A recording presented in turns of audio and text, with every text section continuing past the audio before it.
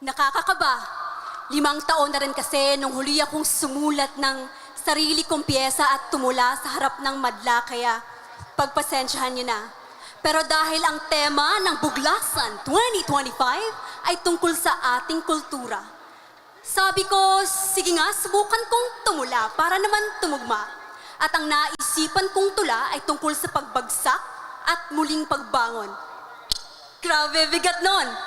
Please play the video, maestro. Hindi ako eksperto sa buhay, pero alam ko na ang buhay ay hindi laging malumanay. Na kahit anong gawin mong pagsasanay, minsan mapapasabi ka talaga ng aray. Yung tipong matutulala at mapapatanong ka na lang na, bakit ganon? Bakit di pa rin ako mapagbigyan ng panahon? Napatas naman akong makipaglaban, pero bakit ang hirap-hirap kong mabiyayaan?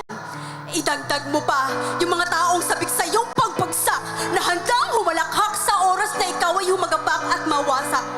Mapapamura ka na lang talaga no? Tas mapapatanong ulit na, ganito ba talaga?